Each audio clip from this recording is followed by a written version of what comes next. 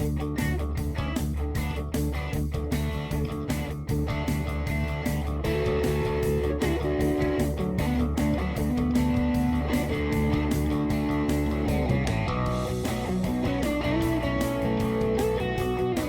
to Wisdom for Life, where we sit through philosophy to find practical advice that you can use in your everyday life.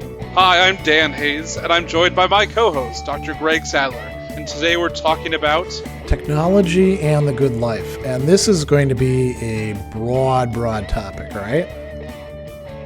Yeah, it's kind of everywhere in our lives at this point, and it kind of hits on basically the full gambit of philosophy, from ontology to epistemology to ethics. It is the full gambit, and we're only going to be scratching the surface here. Yeah, and so we'll probably have to do additional shows about other facets of this. So if you're listening and you particularly enjoy one of the discussions that we're having, you might want to send us a line and say, hey, let's have some more of this. But like you were just saying, yeah, it pervades everything. I mean, nowadays we tend to say, oh yeah, the internet is everywhere, but technology for human beings is our natural way of existing. It's not as if there's ever been a time when we didn't have any technology going on, right? Well, I mean, we could say that there was, but were we even fully human back then? Right. One of the markers, I don't know if it even holds up in anthropology anymore, is that we're the tool-making animals, even though we've now ceded that to a couple others as well. Yeah, they used to say homo faber, which can be translated as the human being as the smith or the crafter, right? Mm-hmm. And good old Vulcans we are. Yeah, and it's interesting in philosophy, there was a recognition already back in the modern period that technology is not just tools and artifacts that we have, that language itself is a type of technology. So Rousseau talks about this in some of his discourses, for example. Yeah, and one of the main things that makes us the top predator or the top species on the planet is our ability to really organize well and do things in groups that would never have been able to done by even small groups of tribes, up to maybe 200 people. And one of the ways that we do that is to have these stories, and we can't really have good stories without really good language. Yeah, that's quite true. And so language is actually a good place to start with this. One of the bits of information I wanted to bring into the conversation right away is, well, where does this word technology come from?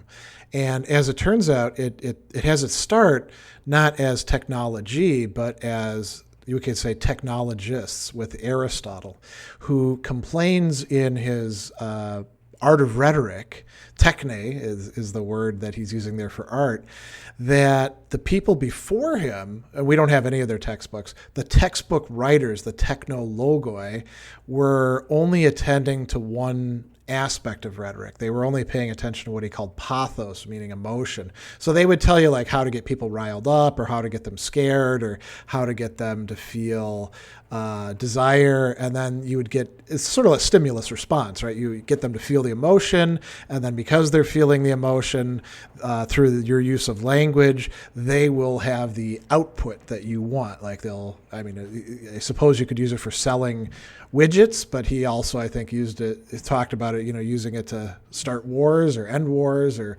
pick whatever you like. And so technology early on means something that you can use as a set of techniques to get something done. Mm-hmm.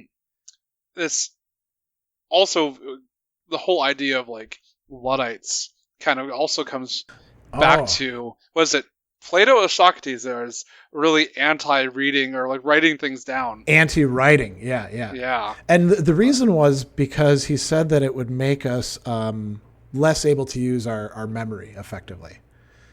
And that's kind of true, to a certain extent. But how much more could you have at your fingertips if you have a library in front of you than trying to commit that entire library to memory perfectly? Yeah, that's quite true. I mean, think back to like when we were kids and you'd have to do your math class and the teacher would say, don't use a calculator. You got to learn how to do it on your own. And one of the things that they would say is you're not always going to have a calculator with you.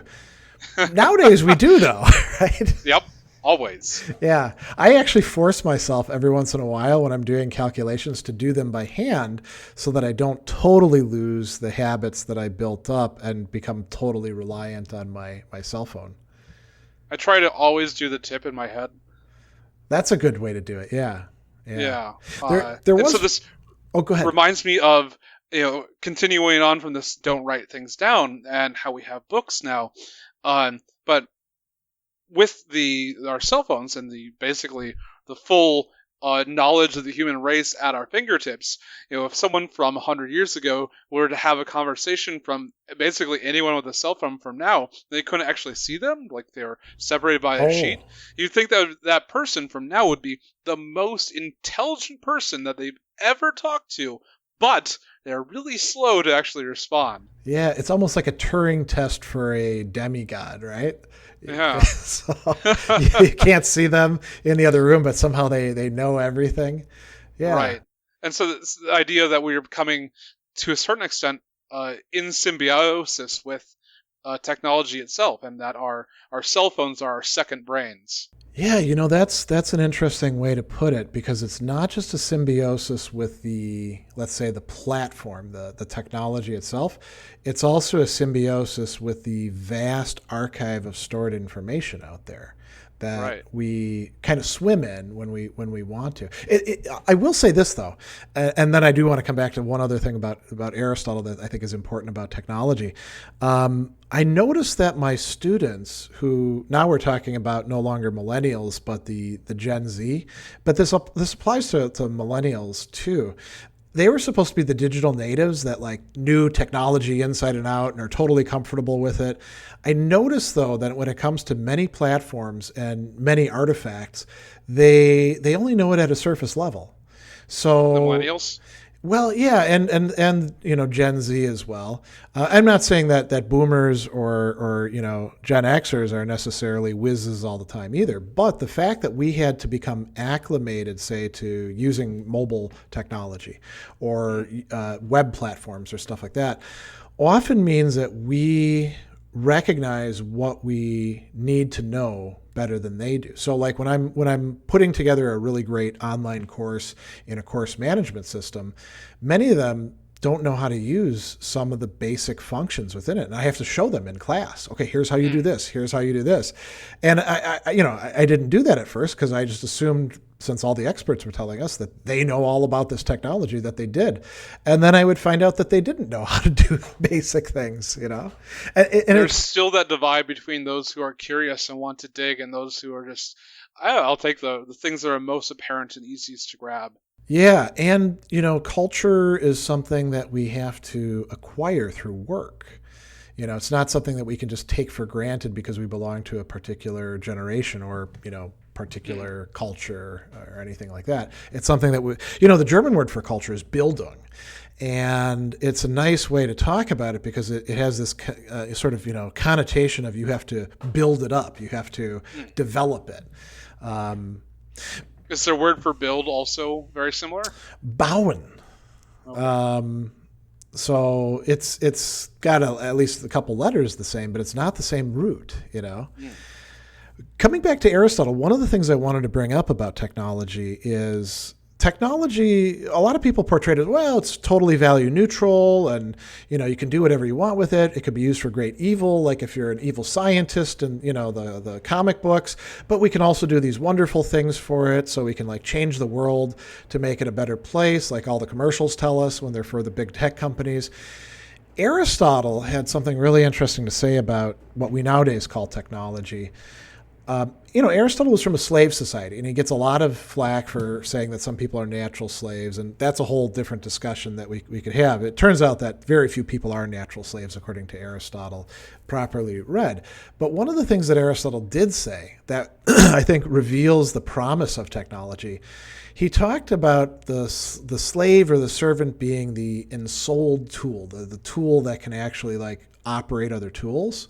And then he said, if a loom could weave itself, then we wouldn't have to enslave anybody. Nobody would ever have to like be in that power relation of having somebody else telling them what to do, and all the other bad things that go along with it. Now we live in this amazing world that Aristotle, if he were to step into, he'd be like, holy, look at all this stuff that like does things on its own. You talk to your phone and say, hey Google, or hey Siri, and sometimes it actually gets things right. And Aristotle would say, well, I guess you don't need a personal assistant. We don't actually need people to, in the near future, we're going to have like, automated car, not just cars, but over the road trucking, right? Mm-hmm. So we're not going to need all these CDL drivers, and it's going to be a big problem. Yeah, and there's downsides to that, but it's also a profession that's kind of dangerous and hard on people's bodies and doesn't pay that well anymore.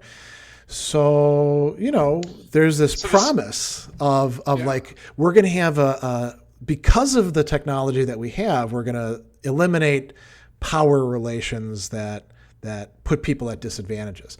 I don't think that happens at all, of course. Well, and robot is, I want to say it's Slavic for slave. It's Czech, yeah. Czech, and it means slave, exactly. Yeah. As well as it kind of reminds me of going to the Jewish tradition of the golem. Oh yeah.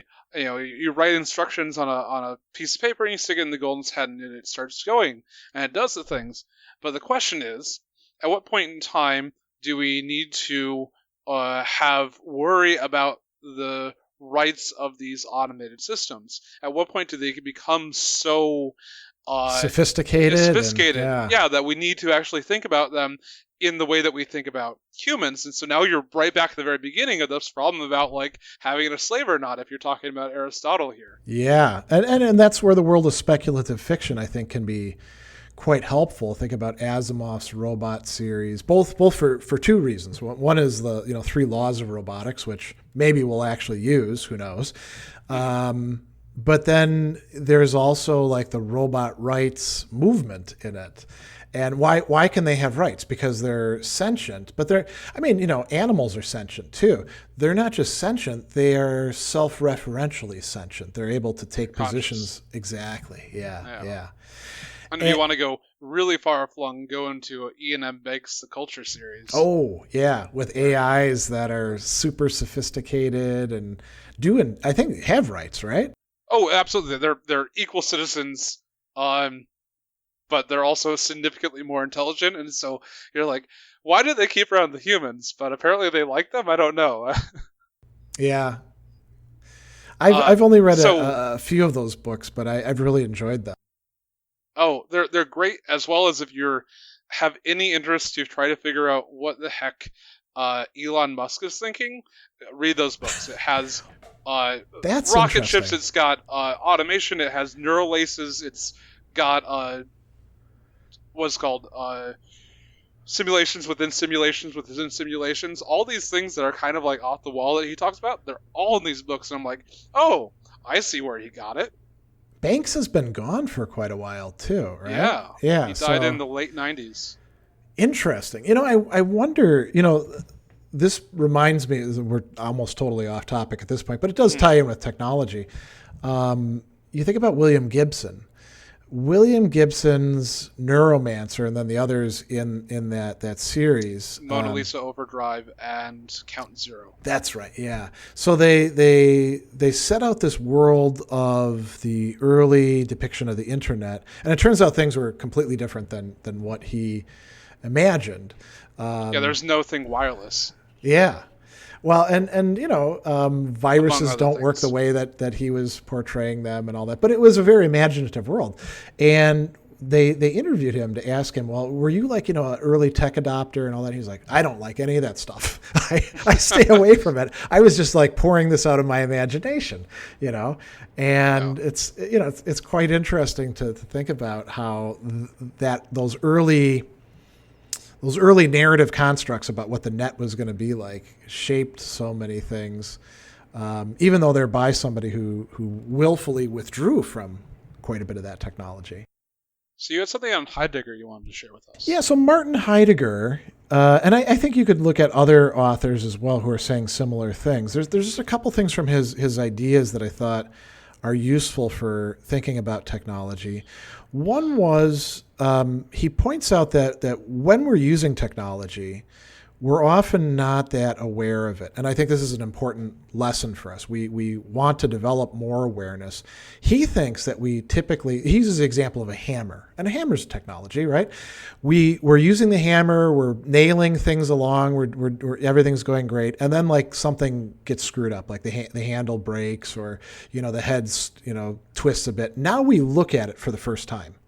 And we do something very similar with our other technology, right? So right now, you and I are using several different bits of technology. And unless we're actually paying close attention, we don't care about it at all. As soon as something goes wrong, we're like, what is happening with Audacity? Or what's going on with Google Sheets? Or pick whatever you want, all the way down to the stopwatch. Why did the stopwatch stop? And now we become curious about it and start attending to it in a real way. I think he's completely right about that. And that means that we would need to try to overcome that tendency. And it's always going to be, to some degree, forcing ourselves to pay attention to what is actually happening with the technology that we're using. So we're no longer just like a fish swimming in the water. We actually pay attention to the water. The other thing that he said that I think is helpful, and again, many other people have said things like this as well, is that there's a tendency when we allow ourselves to be sucked into a certain mentality with respect to technology in looking at the world as if it's all tech, as if like people can be understood as tech. So, you see people saying things like, oh, your operating system isn't working right. Talking about somebody's thinking, right? And the idea is, well, we'll just reboot you. Or, we use all of this metaphorical ideas and language that pertains. Go ahead. Throughout history, like we've always used the most recent technological innovation as a way to shorthand ourselves to understanding. There's great old like things of clockwork humans or like steam engine and like right from centuries back and like whatever's the news, like, oh yeah, it's just like an engine or whatever. Yeah. And every time we advance in our technology, our new analogies become the newest technology. Yeah, and so Heidegger thinks that in the late modern period, we're in a kind of dangerous situation where we're too successful with our technology, where we could in fact think that, say, the brain is just a big computer, or we can reprogram society just like we would reprogram a neural network or something like that. And he calls this this conception of things by a bunch of different names, but one of the terms that he uses is standing reserve, where we see things essentially as mathematizable resources that we can then in some way extract or mine or exploit and reconfigure in homogeneous ways. And I think that this is, we don't always have to use Heidegger's language with this, but I think that we do see a lot of people within not just the tech industry. I don't want to make them into the big baddies in this, but maybe let's say all the other industries that use tech tend to look at things that way, and they tend to promote that view. So think about social media, which is something we're going to be talking about shortly. There's a tendency, I think, to look at other people in social media as if they are resources to be exploited for views, clicks, ad revenue, pick whatever you want. And to some degree it's true, but the danger is that of reducing people to that. And once you reduce someone to non-human status, it allows you to do a lot of things that would be abhorrent to do exactly. to a human. Yeah. The more that you can abstract away the human, the easier it is for you to exploit the human. Yeah. So we started out with this title, Technology and the Good Life, and you might say, well, where's the good life in this so far, right? So part of what we want to suggest is that there's some temptations, traps, problematic aspects about technology that we have to be attentive to. Not to be social critics and cynics and say, oh, it's all terrible. We should go back to when, things were better before people carried all those cell phones around and were looking at them all the time, or pick whatever other example you want, right? But Luddite. Exactly. Well, I think there's a lot of varieties of Ludditism. What do we say? Mm-hmm. And the Luddite diaspora. Yeah, and one Luddite might not be satisfied with what another Luddite wants. So, like, I'm cool with, well, we should get rid of the cell phones. And you're like, well, if you're going to get rid of the cell phone, you should probably get rid of the phone, You're not a real Luddite. I mean, it goes, eventually the natural progression of that, I guess, is being back in caves again. And, maybe fire's a technology, so we don't even use that. And then it's all over very quickly. Right.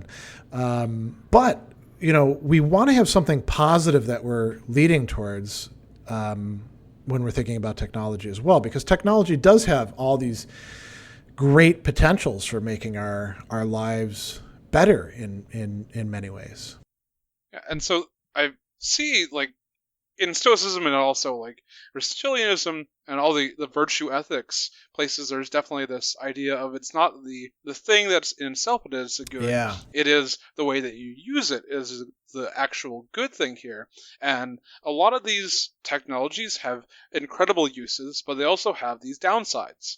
And you can use them for good or bad, and you need to know where the pitfalls are. And part of that is how do you choose which things that you are capable of dealing with? What you have to know yourself to a certain extent to be able to find those limits for yourself, and to know what your ground truth of what is actually good is in order to use those tools properly. Yeah, that's a great way to put it. And there's also a communal aspect to it. So if I'm too immersed in technology and you're, say, my roommate, well, you're probably going to get pretty immersed in technology as well. So how I do things on my own has implications for you, for, my fellow colleagues, children, pick whoever you want. Right. So I guess when we talk about technology, we want to know, like, who does it serve and what purposes do it serve? And also, what do we want to keep for ourselves as humans or rational creatures? And what do we want to offload onto that technology? So that's a good reminder. What values do we have to keep in play and keep coming back to? What would you say is most important? We've got, definitely privacy seems to be a perennial one that goes back and forth. You've got autonomy. Is that controlling me or am I controlling it? As comes into also agency, and am I making the actual decisions for myself or am I letting something else take that? And I don't know, the social connections that we make and how we deal with those in a really hopefully positive way. And am I the one making the decisions to make these connections, or is that something just given to me? Yeah. It's interesting because you brought up the Stoics. I'm reminded of Epictetus, who not only says that, we should distinguish between what's actually in our control and what's not within that sphere of control, but says if you're trying to seek things that are outside of your control, like trying to make $1 million, which is possible to do, but you've got to do a lot of other things along the way that you might find a little unsavory in many cases to do that. You're placing yourself sort of in servitude to the thing that you're desiring. But then he also says, if somebody else controls the thing that you desire, you become a slave to them. And I think technology provides all sorts of ways in which that can happen. If what I really need, we were talking about this before the show, if I really need dopamine rushes and Facebook can figure out how to exploit that, I'm screwed at that point, right? I am in their power. I don't actually have much autonomy. And we could come up with, I think, a lot of other examples along those lines as well. Yeah.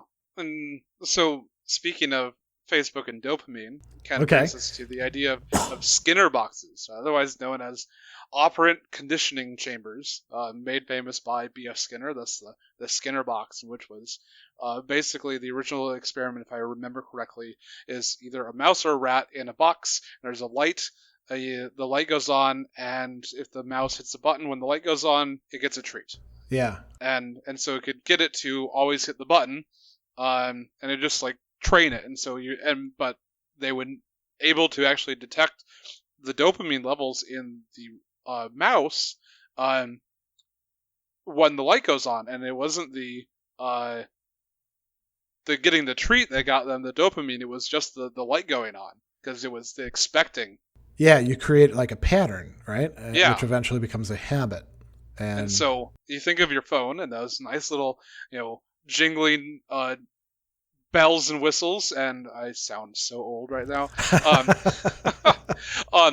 Your alerts and the flashing lights are all like things that are like very stimulating. They give you that dopamine hit. It's very similar to like a lot of how casinos set up their things. It's like lights and pretty things and noises and sounds that are designed specifically to keep you getting that little dopamine hit and staying there longer. Yeah. I think back to when I was a kid, and we had these games that from the present perspective were just garbage, total garbage. You think about the Atari system and how pixelated and blocky the games were and how primitive they were. And then the handheld games that had buttons on them and little LED things, like you could have football or soccer, pick whatever you wanted. And somehow you had to like use your imagination to see like, okay, this is a person making a pass, and we would sit there and we would play those games until the battery ran out. Why? Because there was exactly that same sort of loop. It doesn't even have to be like a good game. Mm-hmm. It can be some game that from the perspective of even not just the present, but like 15 years ago, these games were just awful. There are people who play them kind of in a retro way now, to get back into it, but they weren't really any good. And the arcade games were the same way too. It's like, They think about Space Invaders. People would sit there and pump quarter after quarter after quarter into it, So there's definitely something to it. What's that? It's called a game loop. That's okay. The main thing that happens is the game loop, and it's like challenge reward. And you can put more things into it, but like that's kind of like the basic idea. Yeah. And how you set that up in order to get people to continue playing your thing. And so cell phones are great at these like being conditioning, and we get these little dopamine hits, and they also allow us this connection, as we said, to knowledge and to social networks and whatnot. But they also have like lots of potential privacy downsides, like privacy concerns about your data. Some people think that they're spying on you. Like Edward Snowden talks about, like he always, whenever he gets a new cell phone, he comes in and he pulls out the microphone chips because he doesn't trust them, as well as most of them have GPS monitors and or GPS chips in there, which, if the CIA 50 years ago would say everyone in the world has a phone on them that has a microphone and a GPS chip, they would be elated, and now we just have them on us all the time. And if you proposed that to the general populace 50 years ago, they'd be like, this is tyranny, but if you can say, well, it helps you drive your car around, or check in, if you want to like be on Instagram and tell people where you are, I got to be the mayor of McDonald's. Exactly. And that was in like, what was that? Foursquare. Foursquare. Yeah. Those are some great examples of problematic aspects. You can also say that there's a habit in just reaching for your phone, right? There's a lot of people who can't. Well, they deal with anxiety that way, or whether it's like regular anxiety about things or the social anxiety of being in an unfamiliar place. One of the things they do is reach for their phone, start looking at it. Now they feel a little bit better. There's even people who like pretend to look at it and don't actually look at it. Oh, and then there's also people with phantom ringing. They think it's vibrating in their pocket, and it's not actually, because they've been so conditioned. I guess I must be that way, because I've had that happen to me. Yeah, it's common. And so kind of brings us to social networks.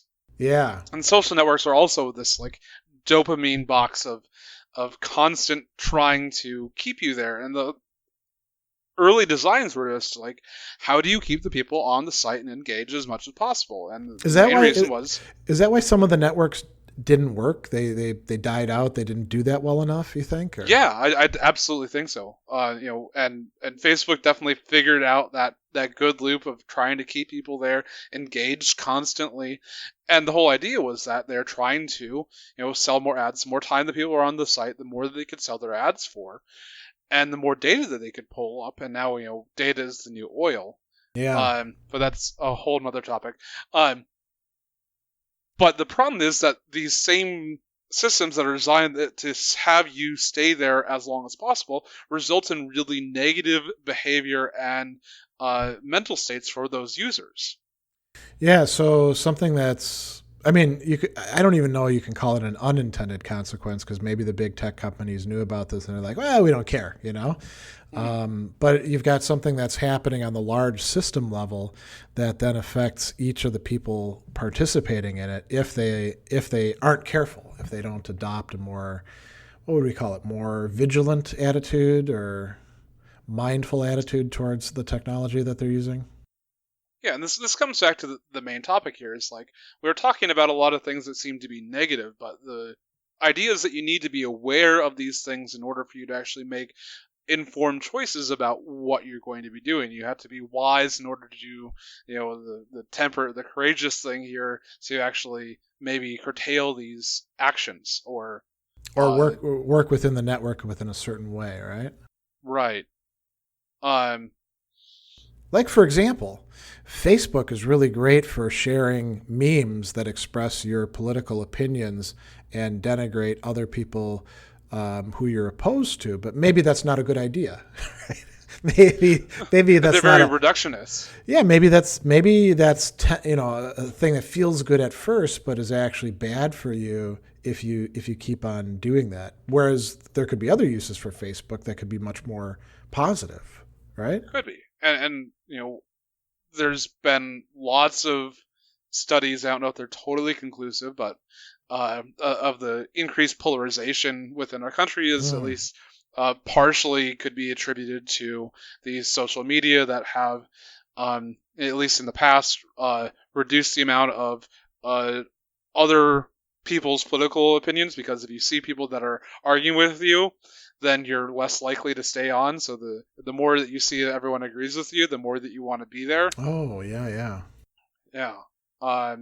And so a part of this also is that, like, once they added that like or upvote thing, it really hijacks our social approval centers in our brain. And so it kind of comes back to, like, we developed as these small tribal groups, and to be in the tribe is to live. If you're ostracized and you're kicked out, then there's a good chance that you're going to die without the group.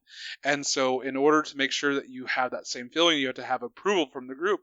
And if you're in the social media where everyone can see you and everyone can give you immediate reactions to, oh, I like that or dislike that, that will really quickly tune in what you think is acceptable for your group. But the group is, could be the entire internet. And how can you know if that is actually the group that you want to be with? Yeah.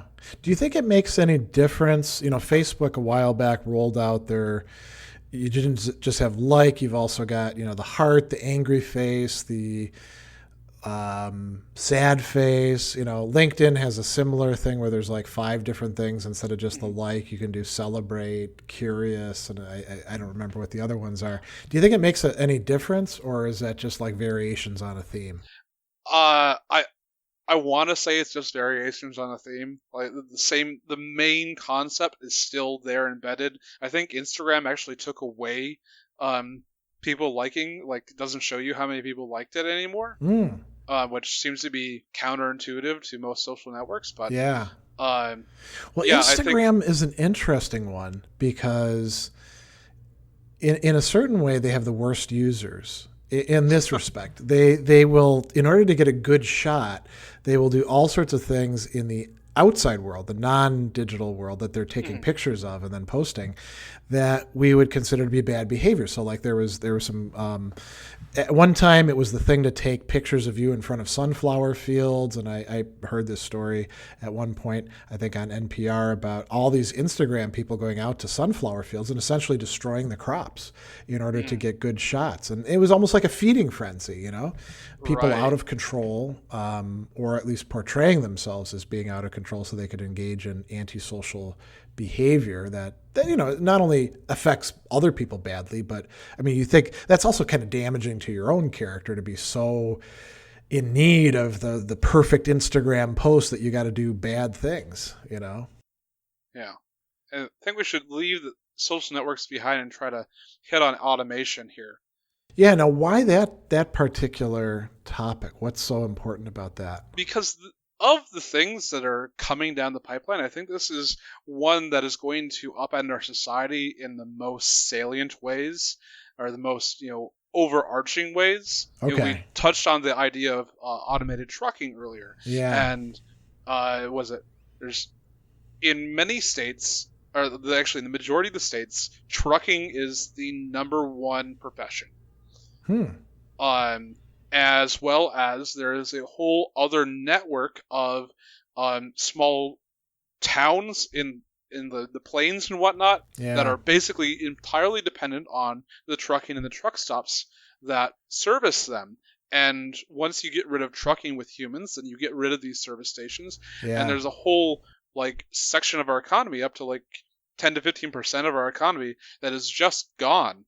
Yeah, you know, it's interesting when you think about that. Those places are also ways in which human beings interact with each other. You drive in with your load, you park somewhere, you go take a shower, go get something to eat, maybe see some people, chit chat with them, you know, at the restaurant.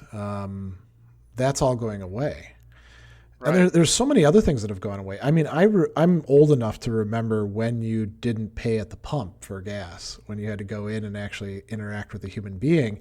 And then all of that came along and we were like, well, this is really convenient. Now I don't have to talk to anybody and I don't have to, like, you know, count my change or anything. I just put the credit card in and now I'm out of here. This is so nice. But it also really reduced one major way in which people interacted with each other. Yeah. And so, like, the automation is this double-edged sword. It has the potential for incredible gains, or it has the potential to significantly curtail our freedoms as well as our material wealth going forward.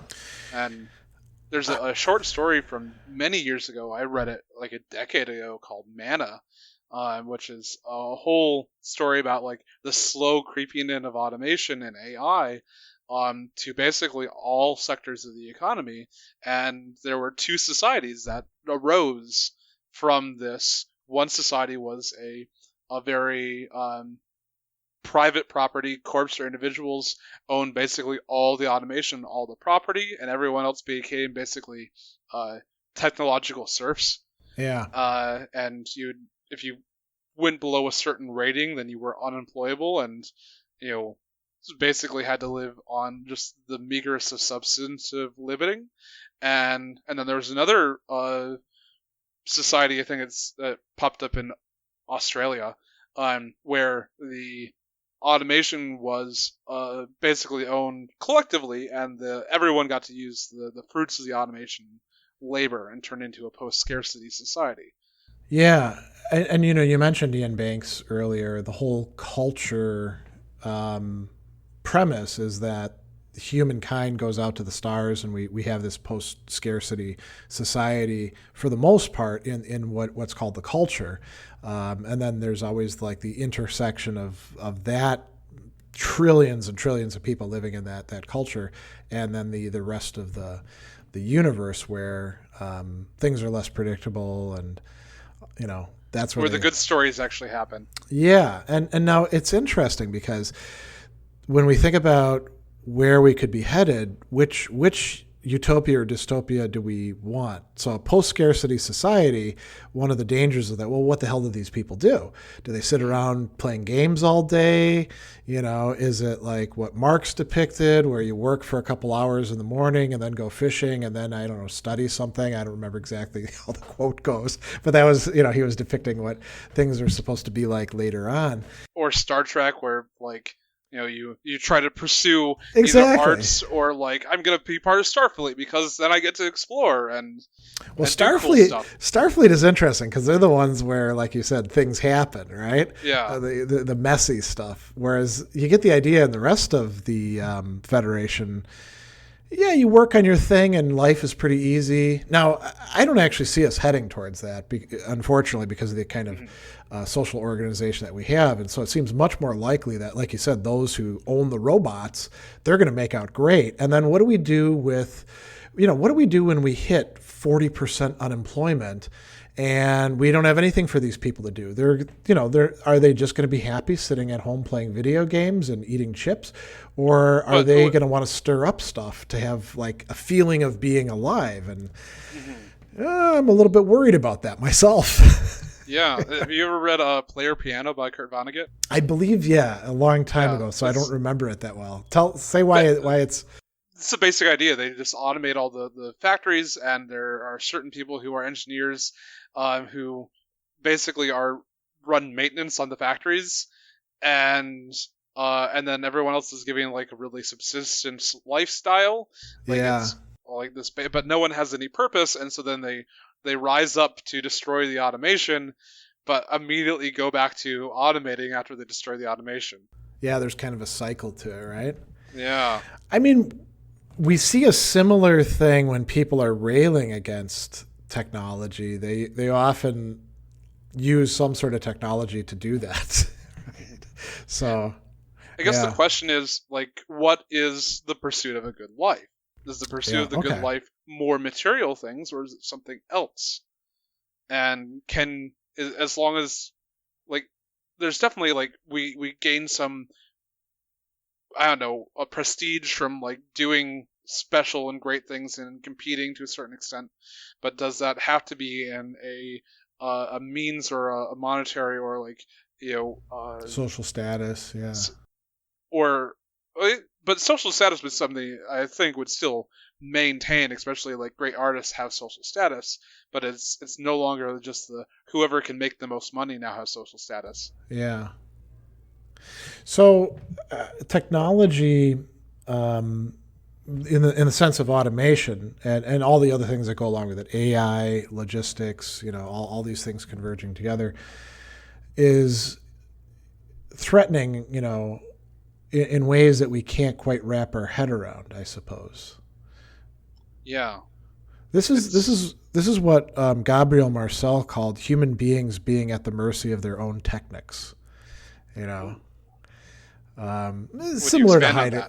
Well, it's similar to Heidegger's view that when we it's not just a mindset that we actually do create the technology, and then the mindset and technology kind of go together, and they assume more and more forward inertia, you could say. And at a certain point, we lose not just oversight, but actual control over where things are going. And I think this is facilitated by all the people who are like tech optimists, who are like, oh, technology is going to make everything perfect and everything's going to be wonderful. They don't know what they're talking about most of the time. They're selling us this line, I mean, can we really rely on Google to follow its one ethical principle of don't be evil? I don't think so. Oh, it threw that away a long time ago. Yeah. So go ahead. This reminds me of basement code. And so basement code is a term for that code which no one knows what the heck does really anymore. Oh. Or they might know what it does, but they don't know how it does it. Yeah. And the guy who made it is long gone, and if you try to remove it, everything breaks. Or if you try to like edit it at all, everything breaks. And look at most of our banking system in the United States. It's all built on COBOL servers, which is an ancient language. Like in technology terms, it was, it's 60 years, 70 years old at this point in time. And it's rather slow, and it's rather arcane in its the way it's written. And if we didn't have those servers running this ancient code, our entire economy would run to a halt immediately. Yeah. And I think things are at the point where nobody can really understand even the like cutting edge codes that they're using. Nobody can totally wrap their head around what they're doing. Well, I don't mean just I don't mean just like the project that they're working on. Yeah. But the entirety of, yes, I would agree with that. Yeah. And then you also have AI, or not machine learning specifically, which is a subset of AI, which is it's a black box. It's the little dark secret of computer science is that you can't go and just change a line of code in a machine learning matrix or neural net, and you have to like retrain things. You don't know exactly why these things do it, but we know it works, and it works reliably. Yeah, so there's a pragmatic motif there, right? Yeah, and we're getting a lot better at like poking the box and getting it to do more and better things more reliably. But to go in and like know how exactly it is doing it is not well knowable. And it's interesting. You know, I think the learning in machine learning is really metaphorical. But if we want to go ahead and use that term, I think we also have to say that whatever machine learning is taking place that we're seeing, there's also all sorts of other learning that we're not conscious of, and we won't see the effects of until, like, you know, we're in a new situation and suddenly the AI starts behaving in a very different, but probably in some respect creative way that we might not entirely like. You know? Right. So, you know, and I mean, there's all sorts of great speculative fiction work about this where, you know, like the computer realizes that we human beings are rather inefficient and, you know, maybe we should get them out of the way or, you know, modify them in certain ways. You know, it predicts or what make our paper clips. Exactly. Well, it desires, you know, it knows what our desires are better than we do. At least it thinks it does. And then there's nothing we can do about it. I mean, we're getting pretty far afield. How do we bring this back to like the day-to-day existence that we have so that we can keep using the technology that we have, but do it in more... So kind of looking at this, going back to automation specifically, because that's the topic we're on. And I do want to plug that the short story Mana is by Marshall Bryan. But it kind of makes me think of the Rawlsian theory of justice and specifically his idea of maxi-min. And so the idea is that if you were to create a society, he believes that if people didn't know what position within the society they would make a society in which the lowest person on the society had the maximum material wealth. Basically. Yeah. And so it didn't mean that everyone had to have the same material wealth. There could be certain people that had lots more wealth than others, but only if that produced a society in which the minimum level had the highest amount of minimum. Yeah, so saying that, you know, brings to mind the idea that's been kicked around quite a bit recently, and I'm kind of hoping we someday see in our future of a universal basic income. Now, some people, I mean, there's always people who are, how are you going to pay for that? Well, I mean, stop having as many wars, maybe, or that would be pretty easy to do, right? We could probably root out some government corruption and pay for it quite easily as well.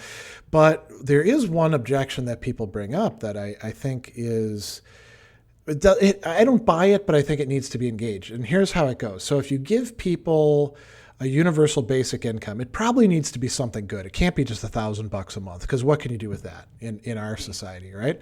I mean, spend more than half of that on rent probably where we live. So let's say it's quite generous.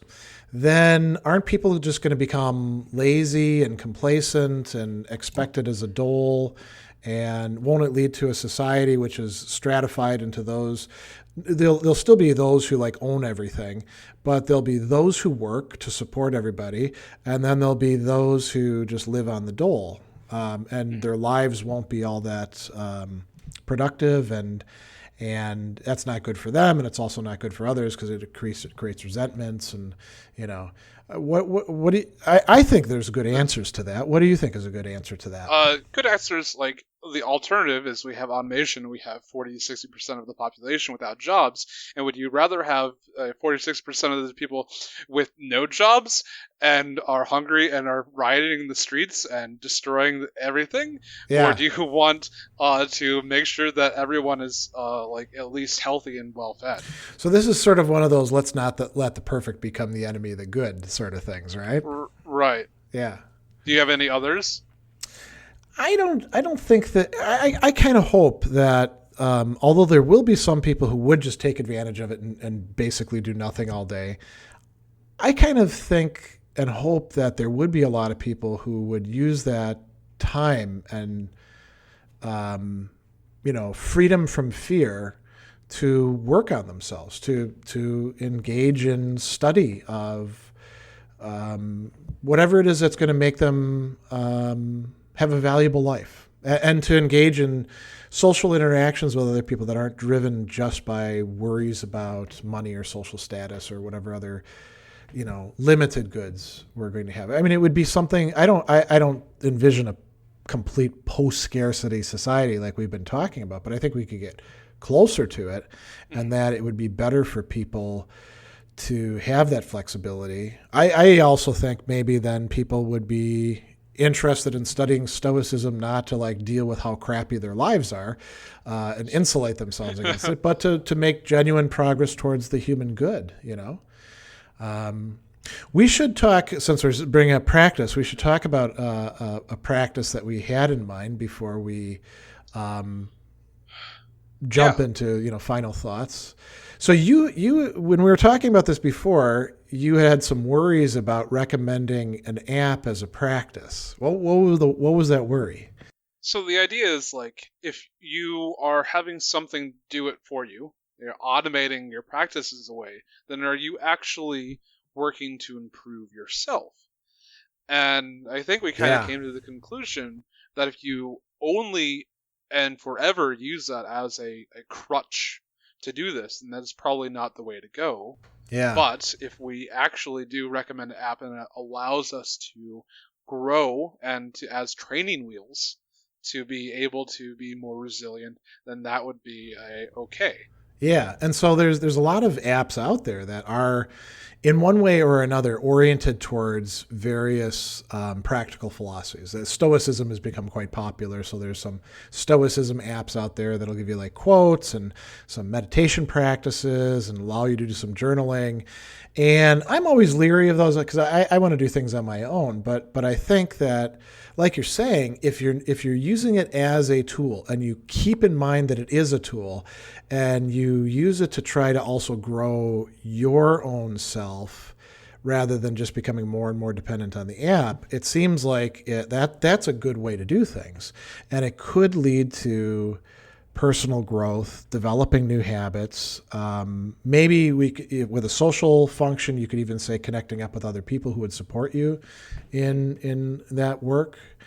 So I see a lot of potential there for intersection between what Foucault called the technology of the self, all these ways in which ancient philosophy would work on and redevelop the self towards, genuine happiness, autonomy, all these things, and what we typically call technology, meaning external technology. I think those could work together well, but one would have to constantly be attentive and like assess every so often. Am I getting too invested in the app? Am I too reliant on it?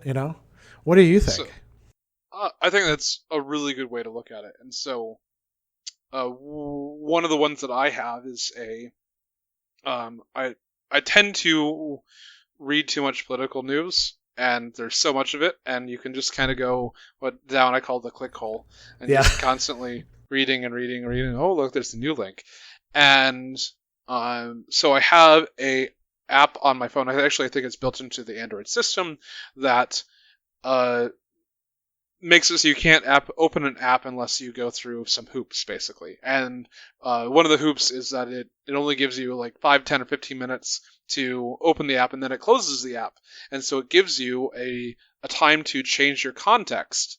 And so one of the things that we didn't quite get on to was the idea of infinite scroll, and how this is a potential psychological trap, because there's no longer a point where you're changing to a new page. And that is usually a really good way for us to mentally break up from one section to another, kind of like walking through a door in a house. And then move to a different context. It's funny, the context switching is another term in computer science. But what does that mean? Let's take a little detour into it. So, context switching is in an operating system is the piece of program that allows for all the other programs to run on top of it. And so each individual program thinks it has access to the direct computer, basically. Like, that's at least how it was originally set up. Okay. And so they get put into RAM memory, usable volatile memory, and they get paused, and then they switch to a different application, and then that pauses, and it switches to another application. So that we application 1, application 2, application 3, and then we'll switch back to the first one. The first one thinks that it's never stopped. It was like, I'm continuously running. Because it doesn't have the ability to know anything outside of itself.